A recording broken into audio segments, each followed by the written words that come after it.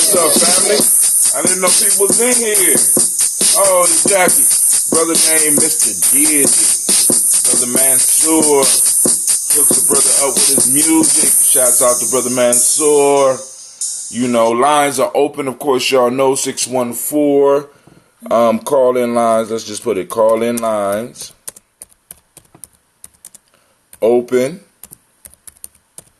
at 614-556-4535. Family, I'm up late.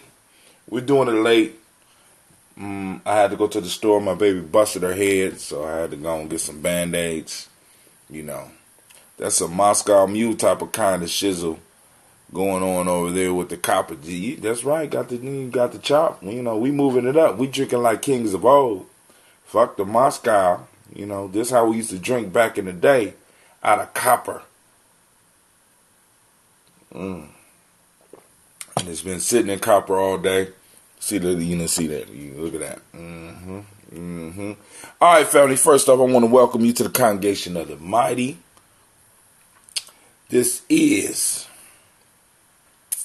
the place where your hustle builds muscle.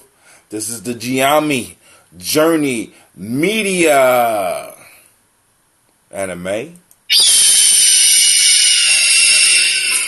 Let's try that again. This is Gye-Nyame Journey Media. From here, anime. From here. Okay. You fell off tonight. Alright. This is a Heart of December production. And we are on Tribal Quotes. We strive to blow up your old paradigms.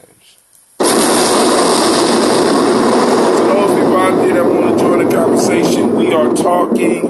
We are at 614-556-4535. I am going to read the quotes that we will be hitting on tonight. I have my speaker up and it's charged. And it is ready for us to go and engage in this conversation. Lines are open at 614-556-4535. And here we go. Pulling from Gye-Nyame Journey Workbook, Tribal Quotes. compiled by Hatem Gye-Nyame. I like how my name is all big on the title like that. We on day 68. We probably skipped day 67. We didn't complete that one. But we discussed it. So here we go. Proverbs of the day. My first time seeing them. Well, no. I've seen them before because we done been through this book maybe once, possibly twice. But we at least been through this book once, and we've been through the African openness to the Tree of Life once at least on this show. So we've been doing this, and we've been pretty consistent. Day 68. Wisdom ceases to be wisdom when it becomes too proud to weep, too grave to laugh, and too selfish to seek others than itself. That's Khalil Gibran. If you never read one of his books, man, an excellent poet and writer. If you kick the person in the pants responsible for most of your trouble, you wouldn't sit for a month. Theodore Roosevelt. If you could kick the person in the pants responsible for most of your troubles, you wouldn't sit for a month. Theodore Roosevelt. Last but not least, many days of laughter are wiped away by one moment of mourning. That's from Uganda. Many days of laughter are wiped away by one moment of mourning. All right, so we got those out. Y'all gonna think about them for a second while I go and do the announcements. Of course, y'all know we got the G&J Mall popping off, the last Kuumba of the month. This will be on the 27th. April the 27th. It's coming down. It's less than a day and a half away. Maybe 2 days away. Let's just say that. We got tomorrow. We got the next day, which is the market day. And we will be gathering, and the community is welcome to come out and to partake and to support the vendors in our community. We're trying to make this a monthly meeting and gathering place for the family. Come on out, enjoy yourself, meet other people that maybe think like you or think a little bit different, and challenge yourself, or find people you might agree with. You know what I'm saying? We got plenty of room, plenty of discussion space. You know what I'm saying? Some people, we got some workshops popping off. We don't have a movie going this time, so Brother Hatem will be able to come around and make sure everybody is straight, get everybody up on the Instagram for the newsletter. And once again, since Sister Jackie is in the house, I want to thank her for a beautiful article. If you didn't have a chance to see that one, I might post it up again up on in the next newsletter as a standing article, because it was dope, right? So now we got that out the way. So after this festival, after this mall, we will be having the Malcolm X Revolutionary Leader Festival. And it will be going down May 25th. Vendors, get your space as soon as possible. You know what I'm saying? I didn't want to throw it on you too early. I want to throw it on you right at the right time, right after this marketplace. You need to go on and get your space. I think vendor booths for regular vendors is like $25. Come on out and help us celebrate Malcolm X and other revolutionary leaders throughout the time. And you'll have a good time, because it has been confirmed Eddie Baird is coming out with his saxophone, and Mark Lomax is coming out with his drums, and they're gonna put on a show for us. And then Mark Lomax is our keynote speaker, and he's gonna be talking about revolutionaries and music, or revolution and the music. And I don't know how he's going to do that, but however he's going to do it, we're going to be receptive to it, and we're going to be doing our thing. Brother Tykees is going to be presenting, and I'm looking forward to that, because he keeps on saying, you don't have faith in me, Brother Hatem. I do have faith in all my young people, because I'm quite sure that when Cleve see you get up there and do something, Cleve going to want to try to do something too. But it can't be last minute. I know you preparing, so we ain't going to let Cleve get up there and do no last minute shit, right? All right, so let me see. Sister Jackie. It's just me. It look like it's just you and me, right? I don't know what's going on. I sent out the black signal, and I guess people just gave up on me because I'm running late. The brother run late just a little bit. The name of that song that you was listening to is Hotep. and it is by Mr. Deity. Sister Jackie, if you want it, got you. You know? So, here we go. So, Sister Jackie, which one you want to start with? Because it looks like it's going to be me and you. And, you know, we could do a quick show. Get it over and done with. And we have made it past 68 times of doing this. Cool. What number? 1, 2, or 3? What you want me to start with?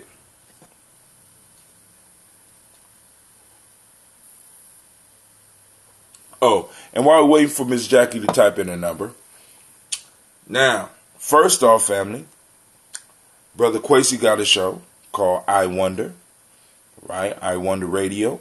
I want y'all to check that out every Imani at 6 p.m. I can't say the day. Those that know the day, you can post up the day for Imani. That's the last day of the week for some, and it's the first day of the week for others.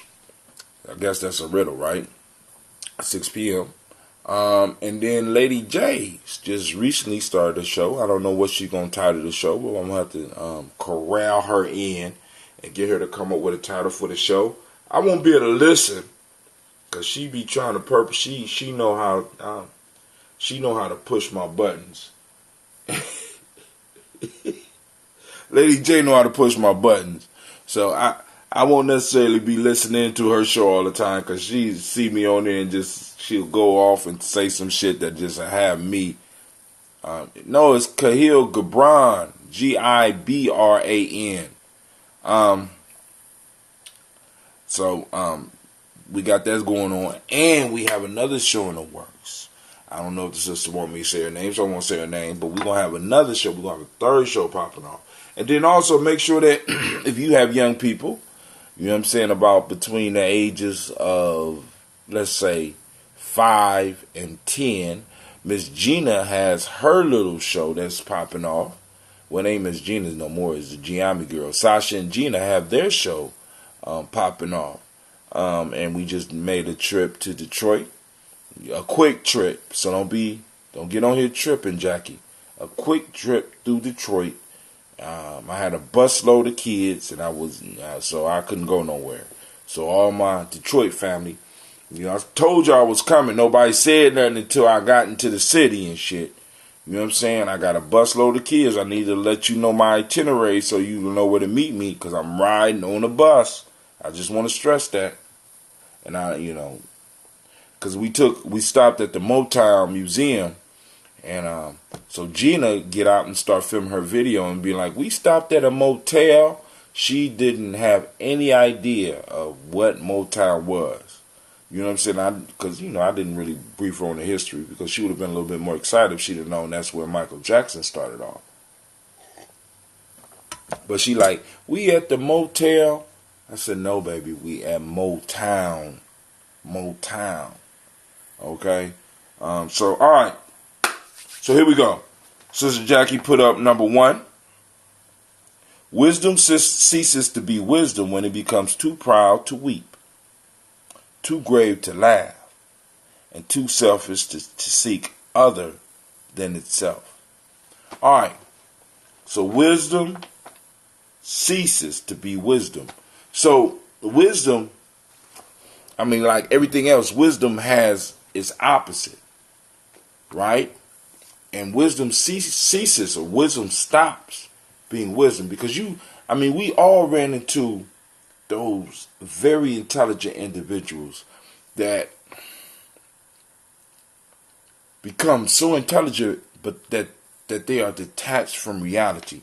Now, and this gives me something to go into because I've been thinking about this, man. And it's like scholars, when I was younger, they had what just happened. All right. I don't know what just happened. But Sister Jack said that's that motherfucker that always walk around trying to belittle folks with their knowledge rather than feed someone with it. Oh, wow, Jackie. But damn, if you knew the answer to the folktale, to the quote, why did you have me do that? You know what I'm saying? What happened? The signal dropped. I don't know. I apologize. It just dropped. That never happened before. All right, so catch me on the other line. We talking, right? The number to call in is 614-556-4535. It just dropped on me all of a sudden. I don't know. No, I agree with you because we had a group when I was younger they called them the New Jack Scholars, and I came up during that era where we had the old scholars. All of them were moving into their 50s and they was getting older and they was getting used to that shit. And you had the New Jack Scholars, and these were some brilliant motherfuckers. Greg Carr was one of them, man. Oh my God, these motherfuckers was brilliant. Now, far as the study and the discipline of study that the New Jack Scholars were on, I wasn't on that. No. I needed to smoke me some weed. I was in love. Didn't have time for that. Yeah, he's at Howard now. But I never wanted to be associated with the New Jack Scholars in the way that they were put out there, because I always had an issue with scholars, because after going to all the conferences, because during that time, I started college in 87, 88, 88, 89, 90, 91. In between there, between 89 and 93, the whole Afrocentric form of thought was a powerful piece. But I started noticing as I started going to these conferences that the scholars had all of the answers, but had none of the work. Let me say that again. They had all of the answers, but none of the work. And I didn't want to be associated with a group that just theorized about what was going on and what was needed in our community. Because I felt that if it was true wisdom, right? If it was true wisdom, it would be active in the community. And then I started running to some of the older scholars who were in between. So you had the Dr. Benz and all those, and then up under them you had individuals like Nomo X, right? So you had the Dr. Benz and the John Henry Clarks, right? And then you had the community organizers who went from the soldier mode to, because as they start getting older, they start moving into it's time for the young people to move in and start doing stuff type elder that was leading the masses, and that was like the Nomo X's, right? And then right up under them came my generation, right? They called it New Jack, and I never liked that term New Jack any motherfucking way. I just liked the movie New Jack City, but the whole concept of the New Jack shit, I never liked that. And then when they threw the New Jack Scholar on there, I definitely didn't like that, because that's what they called all the young boys, and that was a way of dismissing. But right before us, there was another group of scholars that came in, and these motherfuckers was brilliant. But they didn't do shit but write. They didn't do shit but theorize. And I know some people can get mad because they might want to put themselves in that area, but I don't give a fuck, right? Because they would know so much, and they had so much knowledge, and some of that knowledge would spill over into wisdom, but they were doing absolutely nothing with it, right? And then you will also run into those motherfuckers that was in the movement that would be so stern and shit, and they couldn't laugh or nothing like that. And me and some of my brothers would look at some of these niggas and be like, "This something wrong with him." Yes, that he was at. Yep. Wasn't he there when we were trying to get the black center and all that? No. He wasn't involved with that, because now Jack is one of my sisters that was like, when we was moving out, because we moved, we met in the towers on campus, and as we moved off into the community, we moved into the Short North area around college, and then we expanded outside of that. So my whole piece was street work. You know what I'm saying? I had to be able to relate to the people, because sometimes you will come with so much knowledge, so much information that people wouldn't be able to stomach that shit. You know, you mean everything that I've been taught is a lie? Right? So, you know, that type of shit would shock people, because it's like you got to, you know, when you run into a baby, you don't give a baby meat. You groom a baby, you grow a baby so that the baby can move from the soft food to the harder foods, to being able to eat a whole plate by themselves. You don't just drop the goddamn meat and be like, eat, baby. And this is what some of these people was doing, right? And I you know, like I said, but then, like I said, so you had a group of brilliant scholars, and that's all they were. So I would go to these conferences, and I would see all these brilliant motherfuckers in one room, and get frustrated, because after we left, the conference was it. This is, our work is done. Now I'm going back to Florida. Now I'm going back to Philadelphia. Now I'm going back to New York. Now I'm going, you know what I'm saying? And I hated that shit. So I never wanted to be equated with a scholar, because I never saw a scholar out here doing the shit that they was theorizing with. So rather than me just getting caught up in theory, I wanted to get caught up in the practical use of the information that they had, right? And transform myself as well as those that were around me. Because just me by myself was never just something that I want. You know what I'm saying? Just being by yourself and pulling things together wasn't healthy for me. Not for me. Now other people could do it. So now this proverb that we're working on says, wisdom ceases to be wisdom when it becomes too proud to weep. And I would run into motherfuckers where they would be, with their information, they would become, in a sense, too proud to weep, even too proud to share, too proud to break down what they knew to the level where people could understand them. No, they were so high up that you had to reach up to them, and they couldn't really affect anything going on in real life.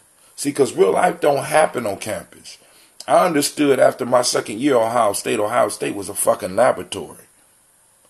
I have always viewed Ohio State and that surrounding area around Ohio State as a laboratory, because I was able to do a lot of different type of experiments with my own life and with situations and shit, and be able not to suffer full consequences for my fuck ups. College is about you being able to experiment, right? And some motherfuckers took college as life. Took the classroom as life. Now that shit wasn't life for me, right? Because I got people like we go 5 blocks to the south of this motherfucker, and we got motherfuckers out here strung out on crack, shooting each other. You know what I'm saying? This right here is a safe haven where I can experiment. This is a fucking laboratory where I could go and see what if this worked. No, okay, all right. It's in a confined environment. All right, safe. Then finally, oh shit, I got something right. And when I got it right, I was able to just move it out and just continue to build like I'm doing. Because the real work comes with, because like I said, the wisdom is not isolated.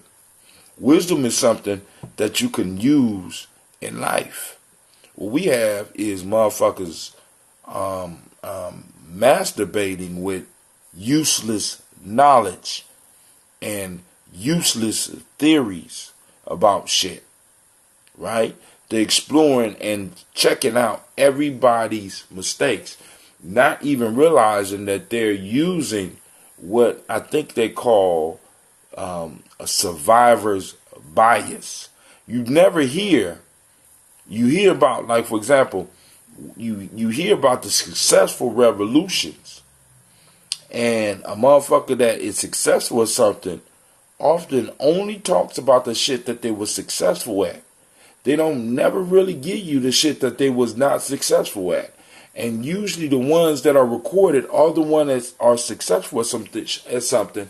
And what happens is that they believe that their success was a result of their efforts. Right? Because I want y'all to think about this. And we do this in our own lives. Wisdom, right? Check this out. When we're successful, we attribute it to our skills. In most cases, unless an individual is humble. When we fail, we attribute it to chance. Right? Y'all hear me? Y'all see the problem there? So when I was failing, it was an issue of chance. When I'm succeeding, it was an issue of my grit, my desire to succeed, and you can do that shit too. No, that's survivor's bias, motherfucker. You was lucky, right? You was lucky. So when we look at history, often what rises to the top is the individuals that were successful rather than the motherfuckers that really laid the foundation for them individuals that were successful to stand upon. You never get to understand the true wisdom of the failures that they went through. And through the failures is where you get the real wisdom, where you get the real learning. What we are being exposed to are a bunch of lucky motherfuckers. Period. Survivor's bias. Right? So with wisdom ceases to be wisdom when it becomes too proud to weep. You know what I'm saying? Now, one of the things that I understood, I ain't gonna say I understood, one of the things that I learned in like Simba, right? Until it's coming from a young man perspective, because with the young ladies it's a little bit different. But until a young man feels safe with you, there will be no growth with them, with you. Right? So the type of things that the young people will do with you to make sure they're safe is that they will challenge you. Right? Because in them challenging you, they will see how you react to the challenge. And if you react wrong to the challenge that they present to you, they'll never trust you. Right? Wisdom. I mean, I had to experience this. Knowledge, experience equals wisdom. So being able to provide them with a place where they're safe, they know they're going to get checked. They're safe though. They know that they're safe. They know that you're not going to hurt them. They know that you won't really want to hurt them, although you may have to correct. And sometimes in some physical ways, correct some of the shit that they're doing, but they know that you're not trying to hurt them. Right? They feel safe enough to speak with you. And then in that speaking, when you really getting to know them or getting to know the group that they're with and y'all all sharing, the tears start to flow. Right? Wisdom has to be able to bring out that vulnerability, bring out those tears. I'm sorry. Sister Jackie said that has always been our problem. We have generations of lost information that we could have fed off of. Our children didn't need a beating; they needed a lesson, a story. Now they needed a beating too, but the story, because oftentimes what happened? What the fuck is that beeping like that? Oftentimes with the beating, right? We would leave the story out. We leave a lesson out. Oh, I know what it is. Often with the beating, we would leave a lesson out. And our young people, they need that lesson. You understand what I'm saying? They need the story. See, because oftentimes what happens is that we isolate, we separate the discipline and the lesson rather than understanding that the lesson. Why are you beeping all loud? That the lesson needed to come with the discipline. All right, Speaker, what's going on is that obviously Facebook has been tripping on me for the last couple of days. You know what I'm saying? I don't understand. I don't understand. So now we got 3 tribal quotes up. That's some bullshit. All right, the lines are open. 614-556-4535. And I don't know what's going on, but this damn thing keeps dropping on me. It keeps dropping on me. All right. So now back to Jackie's comment. She said that has always been our problem. We have generations lost. We have now, and part of that piece is in our wisdom, or in our, we have confused knowledge with true wisdom, right? So you go to college and come back to your grandparents and think that you know more than them. You have more knowledge than they have, but you don't have more wisdom. We started confusing knowledge with wisdom, right? See, because wisdom comes with suffering, comes with sorrow and understanding that you're going to have to shed those tears. You understand what I'm saying? In order to get that wisdom, you have to shed the tears. You have to take the knowledge that you have and you have to apply the shit. You can't just theorize about it. So we got a bunch of motherfuckers that sound wise, but in all actuality, they don't have wisdom because they have not experienced what the fuck they talking about.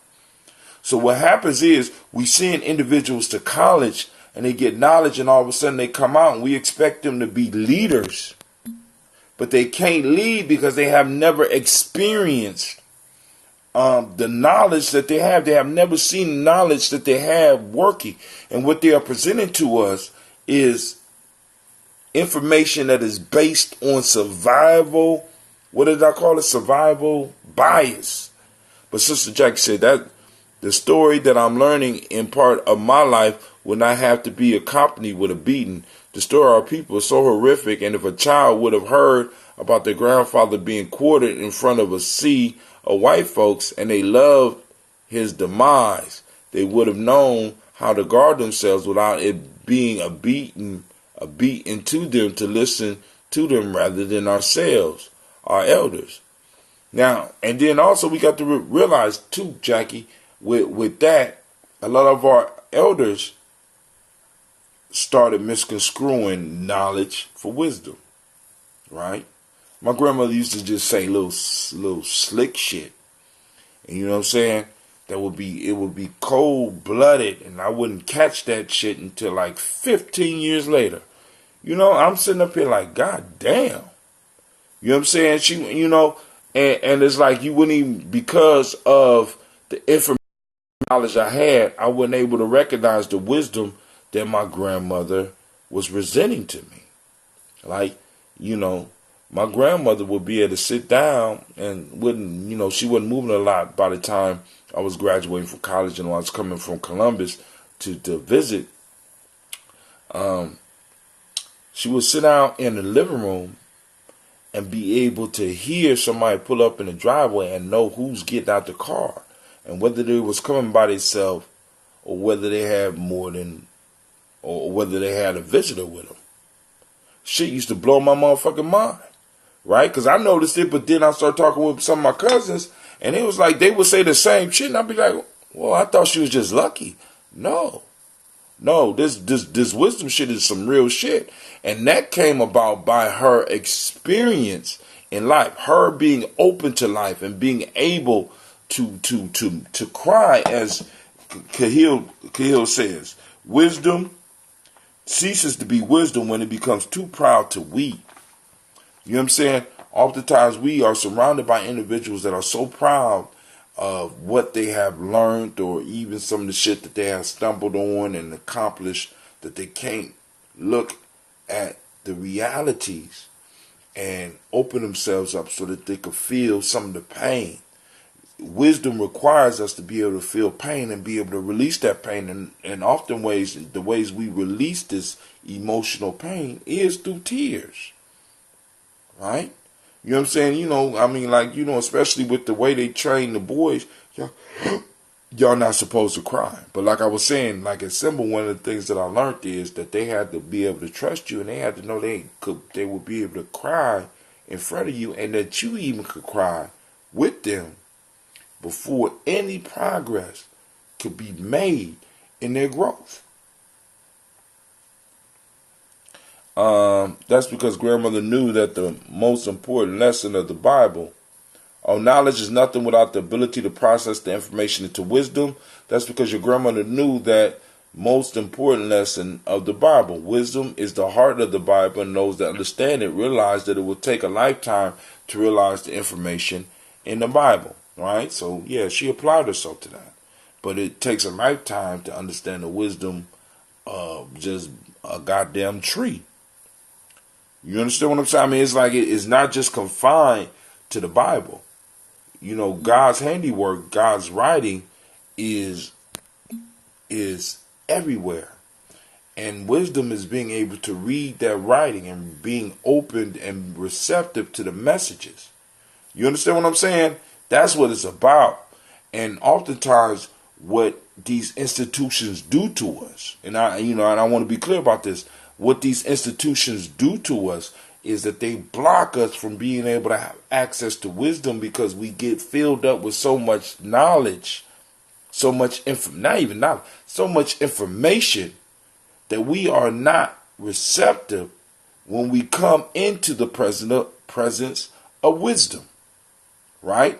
Wisdom means being open and being able to accept the bruises and the suffering that comes with attaining it. But most important lesson in the Bible is that tree. And that lesson is all information in its season. So, you the one, you saying so keep on writing. Goddamn, you teaching. And it also says, becomes too proud to weep, too grave to laugh, and too selfish to seek other than itself. Right? I mean, because think about this. What he's describing is the cycle that a lot of us are caught up in, to where, you know what I'm saying, we become what? Let's go through it again. We become too proud. We too proud. See, and weeping in with that pride, because I want you to think about this. Weeping in that pride means that sometimes wisdom wisdom as a master teacher requires you to admit when you're wrong. See, when you're proud, you can't really admit that you're wrong, because admitting that you're wrong means that you may have to apologize, and means that you may have to turn your mirror away, or turn the looking glass from other people to yourself. And that could be a very painful process, but I'm too proud for that. I'm not going to do that shit. I'm not going to open myself to being ridiculed. I'm not going to open myself to being to being wrong. Wisdom requires us to be able to be like, shit, I was wrong about that. I apologize. And in some instances, it requires us to weep. Too grave to laugh.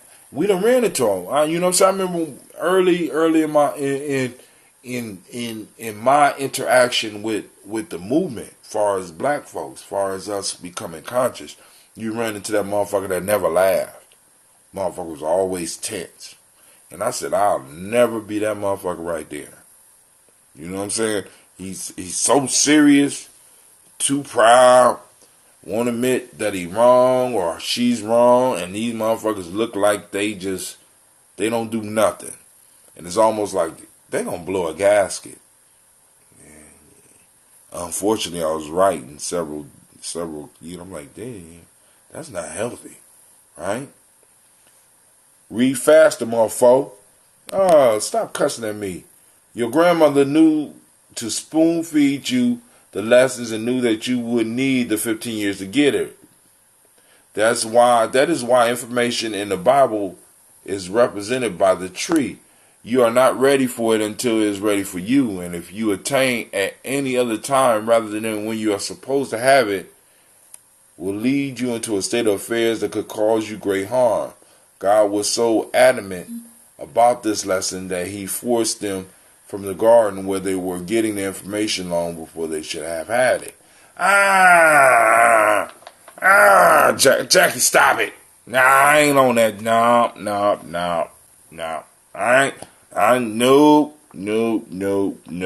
No. Scorpio, no. I'm not going for that. You're going to have to come with another. You're going to come with another verse on that one, because I'm not on that one. See, this is why in our traditional system, family, pay attention. This is why in our traditional system we had a rites of passage. And there were several phases. See, what happened for us with this whole rites of passage shit is that we thought that it was about bringing teenagers to adulthood, but what we lost the fact of is that rites of passage was a lifelong process and a part of the culture that would take you from childhood to adulthood, and from adulthood to nation building, and from nation building to elder state. There was steps in between that, and each one of those you would be able to go through the same lessons but get a different message. Our ancestors' wisdom was very simple and very layered. So I could tell you the story of Anansi as a child and it would just be cute. But then I would tell you the story of Anansi after initiation into you being a teenager, and it would inform you about what you was going to go through in this phase of your life. And then I would give you the same story of Anansi in another phase of your life, and you'd be like, God damn, I didn't even see that shit. Then as an elder, you will be able to be given the story of Anansi or reflect on the story of Anansi while you're giving it to young people and get a whole nother piece. Our stories are layered.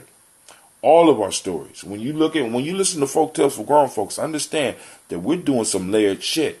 Because if you are still getting the same information from the story 5 years from now that you got when I first read it to you, you're not growing. Uh-oh, she got it. She coming back.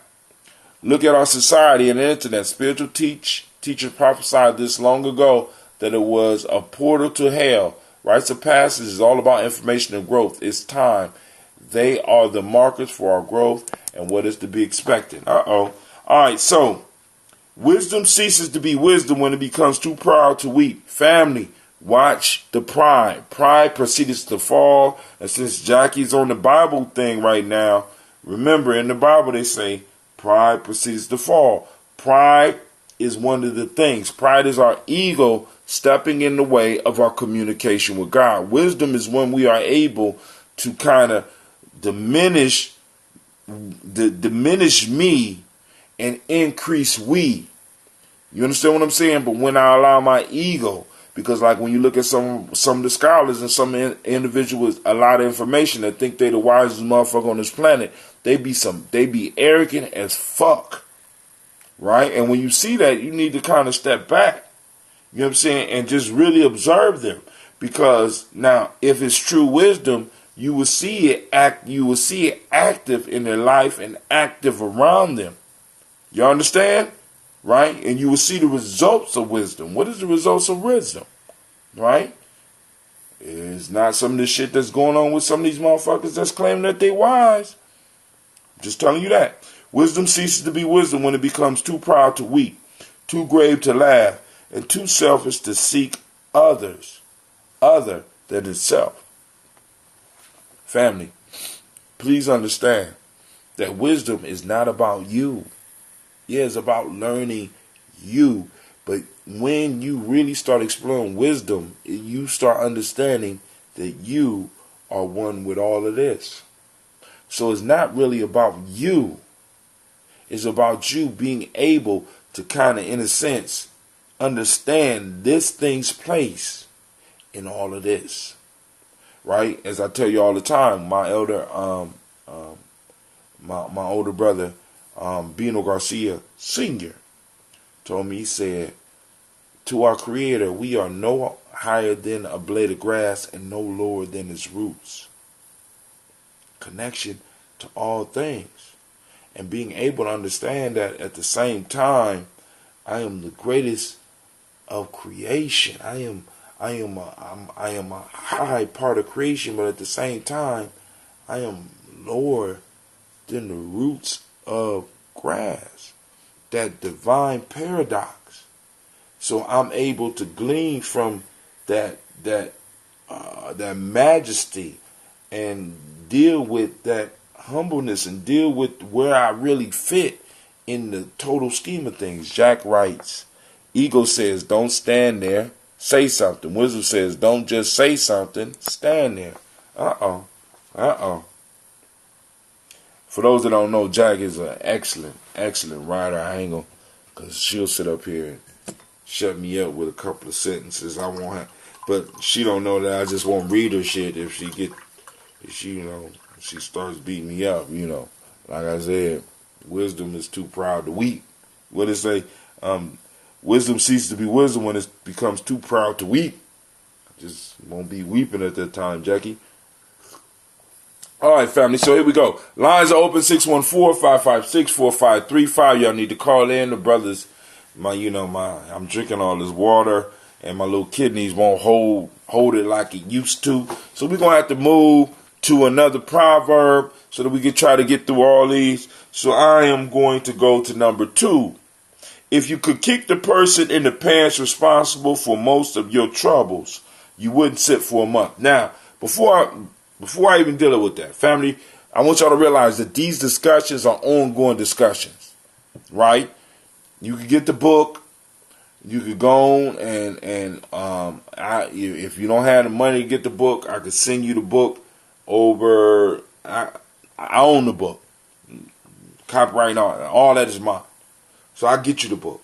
You go copy and paste this on your board, on your timeline, or you could do it in Gye-Nyame Journey, and we can have discussions around this stuff. I'm not doing this shit just so that I can have an hour show and take up an hour of your time. I'm trying to get a continuous discussion around proverbs and stories from my ancestors that we can be discussing and extracting and doing what's called wisdom mining. Because please understand, wisdom mining is hard work. You're going to get dirty. You're going to get your feelings hurt sometime because you reading some of these proverbs and some of them be slapping you in the face. Some of these stories about the ass or the lion do some dumb shit. It's you. And you have to face that shit. So the conversation don't stop with the show. We can have a continuous conversation on the timeline as well. See, because you might go to sleep and wake up with a whole different perspective on the story, and that perspective, and this is where that wisdom, that piece about the wisdom, and too selfish to seek other than itself. Sometimes the insight you get is not for you. We are a tribe. The insights that you get may not be for you. This is why we, in a sense, we're blessed with this internet, so Jack could wake up and be like, well, damn, I thought about something with that proverb. I don't know how it fits in my life, but when she shares it and write it down on the timeline or do a little tape of her voice or a video response and post on a timeline, it reaches who it needs to reach. Many of us are suffering and starving because the wisdom that we need, your selfish ass is sitting at home sitting on it rather than sharing it. It's not about you. And by you sharing that information, you may get something from somebody else that you didn't even know that might be for you and might be the missing piece to bring your whole life in line. But because a lot of us get caught up in ourselves and don't want to take the chance and possibly get hurt so that we can cry a little bit and deal with our ego and tame that motherfucker, we do not get introduced to wisdom. I want y'all to understand, when we talk about rites of passage, I want y'all, family, y'all have to understand, rites of passage wasn't just about you having a birthday cake and motherfuckers coming to celebrate you. No, there was pain and suffering with that shit. Because you had to understand, to be an adult, you had to take the good with the bad. You had to be, it brings you into a state of maturity where you will be able to suffer. Suffering takes practice. And a lot of cultures make sure that the adults that are in a society know about suffering. Because you're going to suffer when you're nation building. You're going to suffer when you're nation maintaining. And you're going to suffer when you're defending your nation or defending your tribe or defending your family. You're going to suffer. And some of us are so deep with it, so connected with it, that not only when we suffer, we feel other people suffering around us. Jackie said, we better understand that community, that connection, that selflessness, because that's where God resides. We are constantly building the force of nature. We are building the God between us and more. That connectivity falls apart the more we decrease our strength, our presence. Hold on. We are constantly building the force of nature. We are building the God between us, and the more that connectivity falls apart, the more we decrease our strength, our presence. We don't realize our power here, but I better stop because folks don't like that. Wow, that was huge. Suffering takes practice. Listen, I mean, and where I learned that from, and I constantly tell the story, because this was a pivotal moment in my life. My elder Gaylord blessed me and sent me to, well, let me put it this way. I was sitting with my brother, with Chief Albino. This is before he became a chief. And he said, bro, you ready? And he invited me to the Sundance. And he told Gaylord, and I told Gaylord. And when the Sundance came around, Gaylord all of a sudden called me, be like, yo, you know, Simba going down, dog, and, you know, blah, blah, blah. I'm going to send you to New Mexico to hook up with Albino. I said, whoa, yeah, you went to the Sundance. Wow, for real? Yeah. Send me the ticket, send me straight to New Mexico. We drove from New Mexico to South Dakota.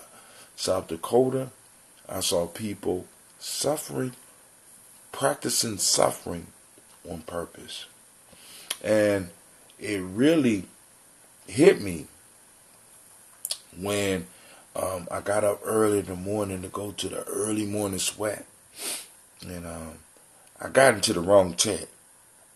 I went into the tent with the Hyokas, which is basically they call them the sacred clowns. So they do everything backwards and shit. So I ended up in the tent with the Hyokas while they were sweating and shit. And I'm like, you know, this is some strange shit going on. You know what I'm saying? And we sweating and like, wait a minute. Yeah, I come from the left? What the fuck? You know what I'm saying? So, but one of the brothers that was in there was talking to the elder, and he said, "Elder, I want to drag."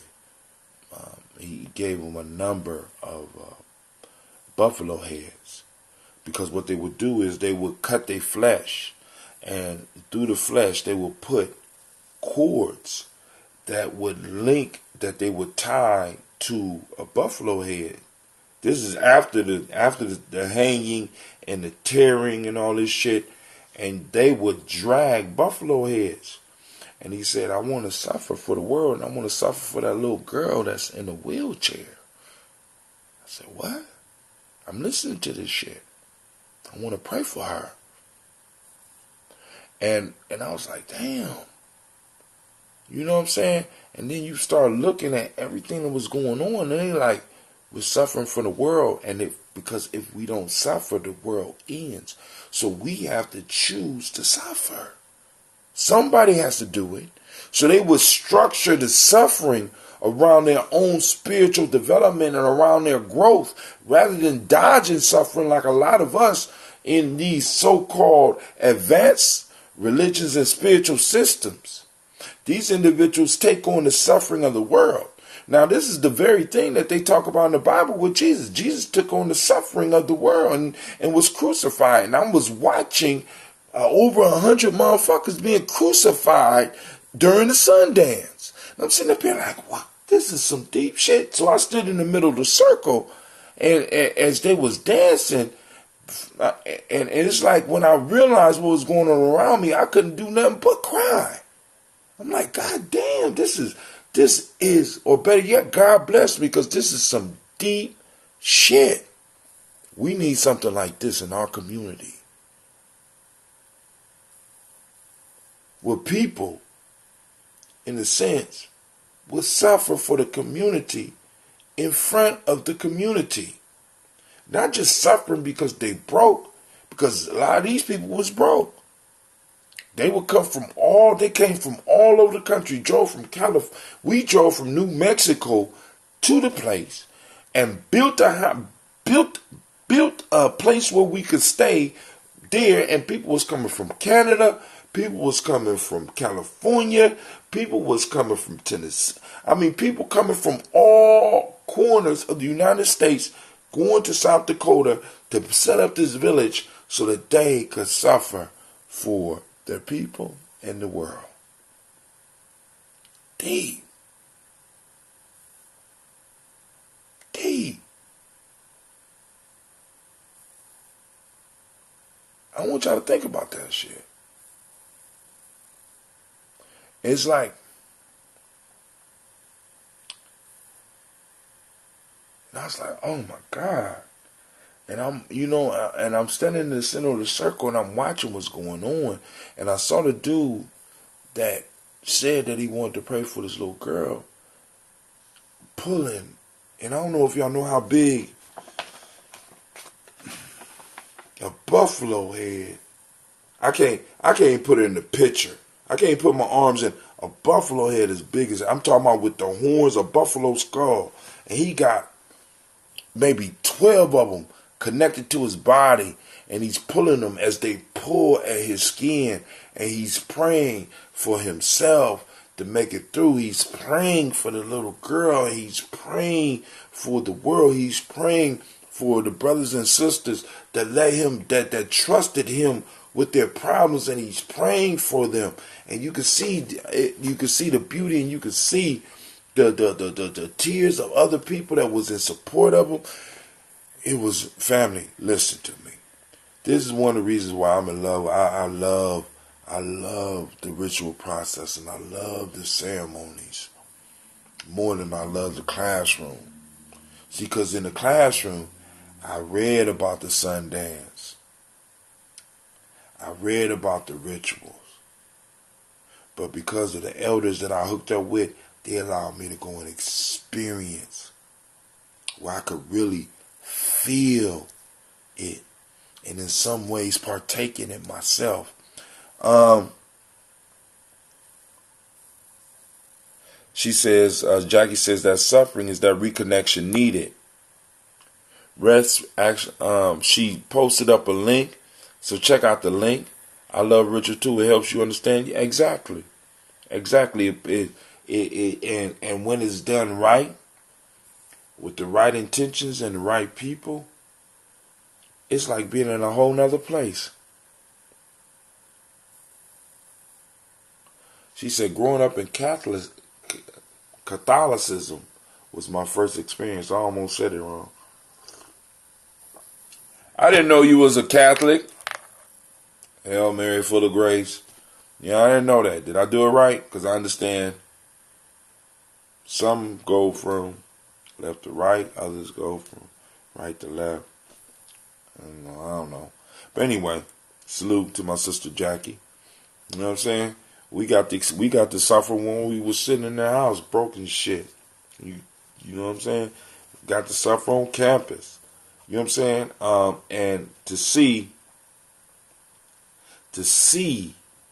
people structuring that, and they would say the Sundance was the vacation.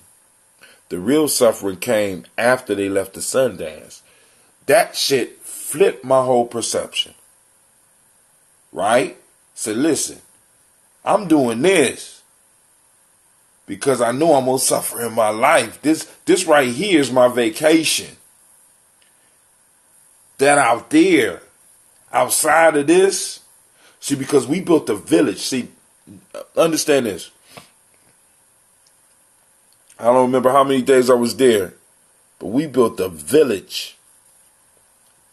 And when we came, there was nothing.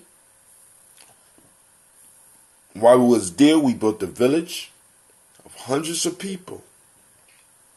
And nobody was hungry in that village. Nobody went without in that village. People was exchanging gifts during that whole time, right? When we left, it was empty. It's almost like it was magical. You know what I'm saying? And it's like, that's the type of stuff when I be going camping, that's the type of feeling that I want to create for our young people, because I want them to feel that longing and that loss, because I long to go to the Sundance, but you know, the situations that I be in don't allow me the freedom as that point in time in my life did. And if I can't go to the Sundance, I need to be able to create something like that for us, right?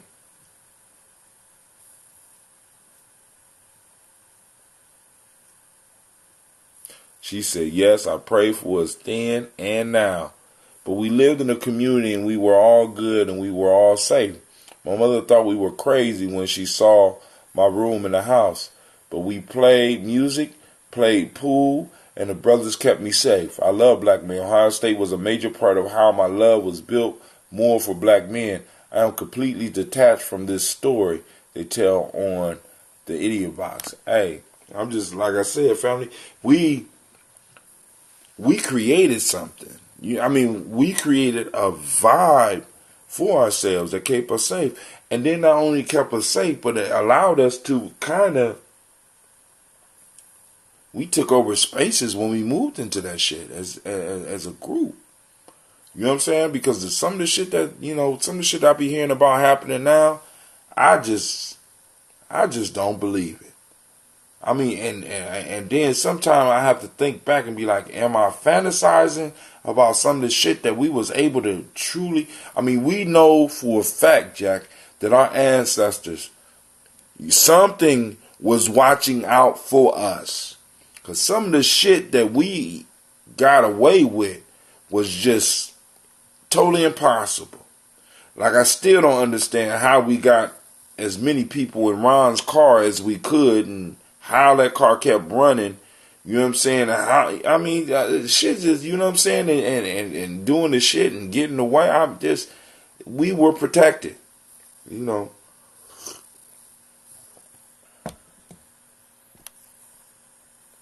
So, but there is a way that they could know about community, because we could set up, because we was involved in that type of shit, we could set that type of stuff up. It's us. We the elders. We're moving into the elder phase of our life, so we have to be able to set up the spaces where our young people can experience what we experienced without having to go through what we went through. Because realize this: all rites of passage are based on the heroes and the heroines in that culture, right?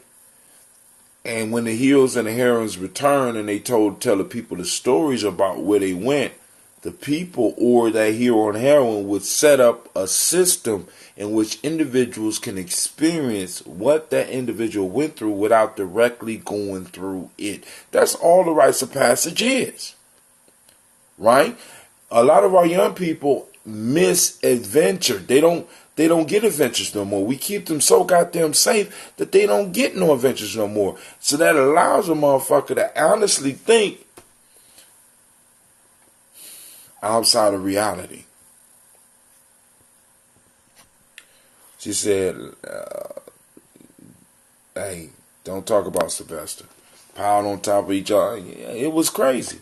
But anyway, if you could kick the person in the pants responsible for most of your trouble, you wouldn't sit for a month.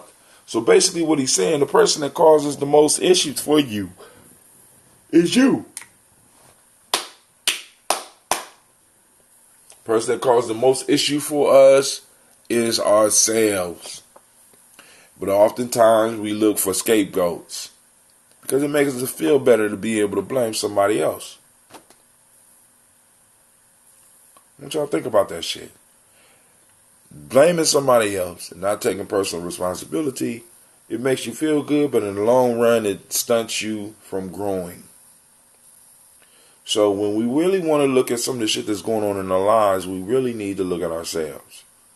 Now, I know some of y'all going to be like, but how, brother, I tell them that don't work with your whole reparations idea. Whole nother story. Yeah, I can fit that shit in. We need to stop saying our children don't need to go through what we've been through. We keep preaching that as parents, but generation after generation after generations, they end up doing something that resembles exactly. That's the whole piece. We shelter our children, but we have to understand that suffering, trauma, pain are all necessary. This is why our ancestors, even outside of coming into contact with motherfuckers that was trying to kill them, would take individuals through a process where they would be able to experience that aspect of life. We can't grow. You can't grow in comfort. You can't grow in comfort. For me and you, Ohio State was a point of growth because we were not comfortable. We was able to find comfort in all types of fuckery. Sometimes not knowing where we was going to sleep that night. Maybe not even knowing what we was going to eat. Even though we could have called our parents, we didn't call our parents because we had developed a circle of other individuals that were suffering with us. And when I was on 0, I know somebody else might have been on 50. Right? So you develop those type of networks and you suffer together. Right? And you take care of each other. And that's what a lot of our young people miss because they don't get to get that camaraderie that will keep you away from going home. You understand? I mean, it's like, you know what I'm saying? Sometimes I be missing that aspect of what we was doing because it's like we depended on us. We depended on us. We suffered together. We cried together. We fought together. We hustled together. We grew together. And then we grew apart. We was all able to go our own different directions in life. Some did good, some did bad, but we was always able to come back and revisit those memories. And a lot of our children are not able to develop those memories because we keep them so goddamn safe that we don't allow them to break out of their own cocoon. Oh, let me help you out the cocoon, baby. Oh, baby, let me help you out the egg. Not knowing that that's weakening their wings and they'll never be able to fucking fly.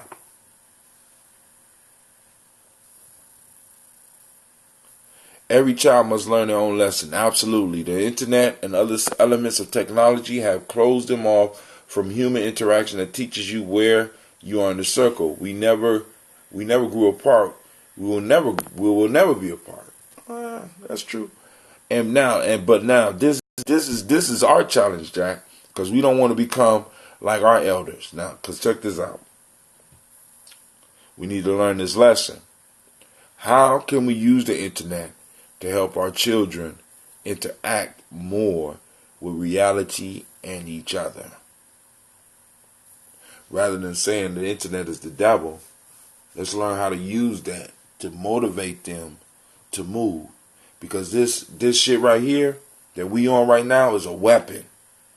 This is our weapon, our 21st century weapon that we need to learn how to use, and we need to learn how to teach our children how to use so that they can establish connections.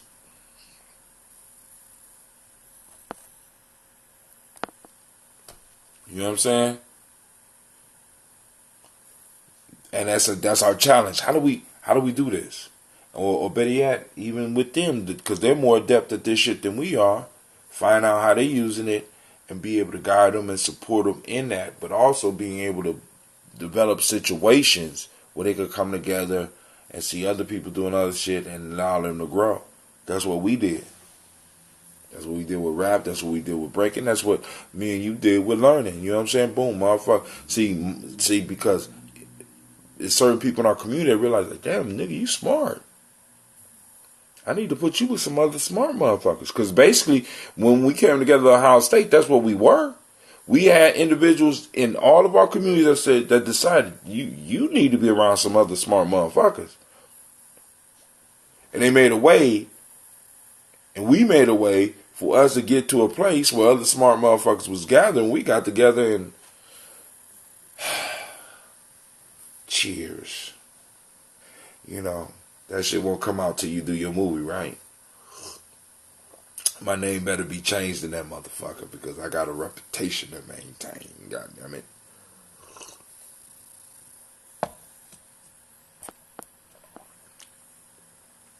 Hell yeah. But it's already in progress. You know what I'm saying? So, you know what I'm saying? So a lot of times we look for outside people to blame our personal shit on, but it's us. It's us. It's us. Alright, so last one. Many days of laughter are wiped away by one moment of mourning. And that's so good, right? Mourning is an important part of life.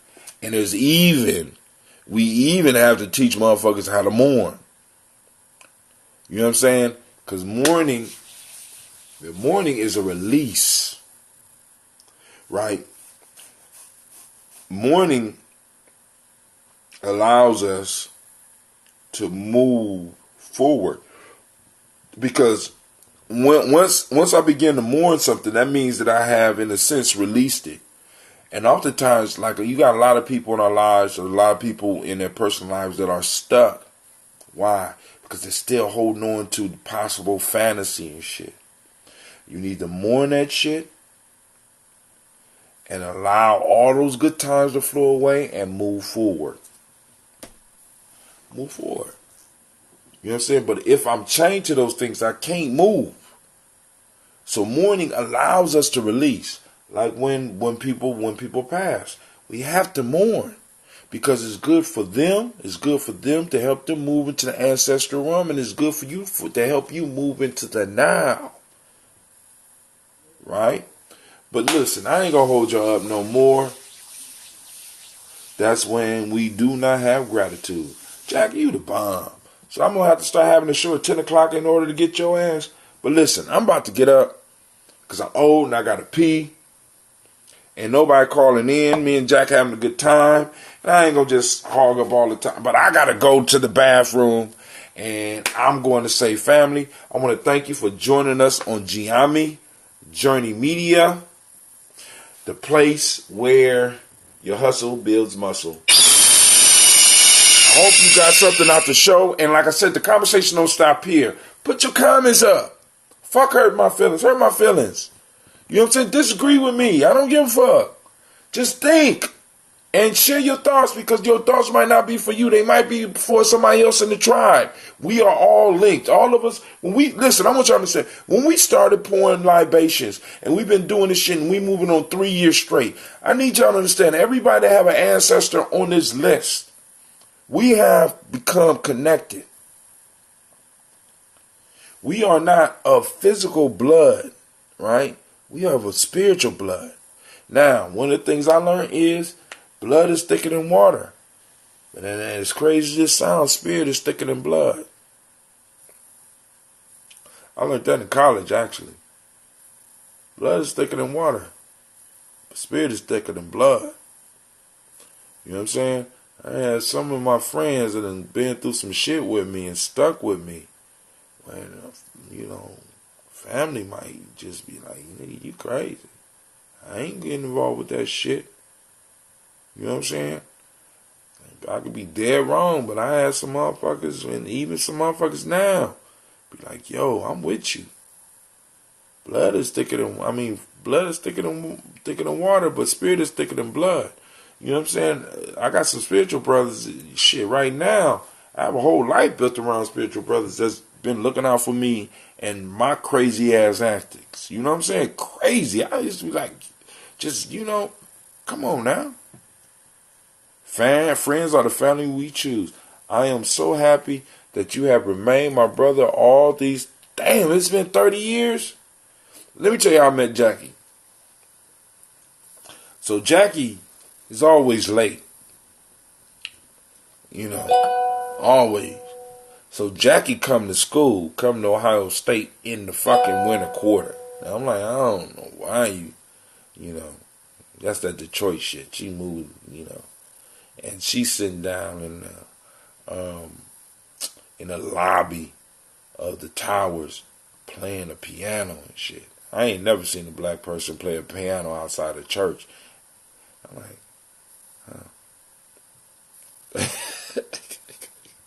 you came to school late. You started school in the winter quarter.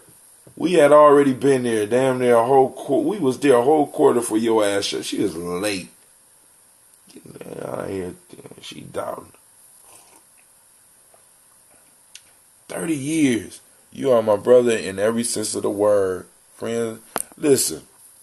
So, so we hooked up because she already had some friends up here, and she was telling us about her, and then I just ran into her and she was jamming. January, so what? It wasn't good until I came. Shit, I don't know. I was high, so I don't know how good or how, I don't know, but friends will pull you through, get you up, get your ass to class, and all that. You ain't bring no noise. The noise was already there. You assisted. You brought a little rhythm to the noise. Let's put it that way. You brought a little rhythm to the noise. Good shit. But hey, and what's sad about that? Yeah, I remember the blackout. What's sad about that is that our children may never be able to experience college in the same way that we did.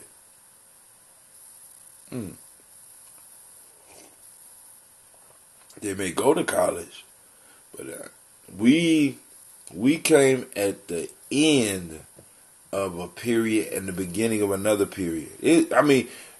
Jackie, but I ain't gonna go into that. I'm about to get off of here. I'm about to go pee.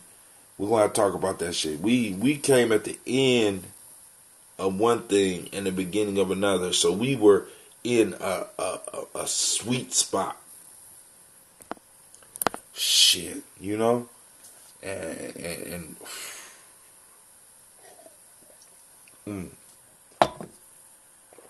not saying that their way won't be as good. Let me put it this way: the way we did it, but they gonna, because we got some legendary babies, so I'm quite sure it's in them. You know what I'm saying? And we laid the foundation so they could build their foundations to greatness. And then I went to a HBCU and put the icing on my cake of wisdom. Alright, that was pretty good. You was a good writer. But yo, family, this is Brother Hatim. I'm out. These motherfuckers need to suffer the way we did. And suffering, like I said, it's, they need to know how to do that. They need to know how to do that. But shit, microwaves done fuck that shit up. Microwaves and being able to watch TV when you want. Listen, I be trying to tell my kids, I say, I'm so glad you could just throw away food the way you do. I'm so glad that you could just watch whatever.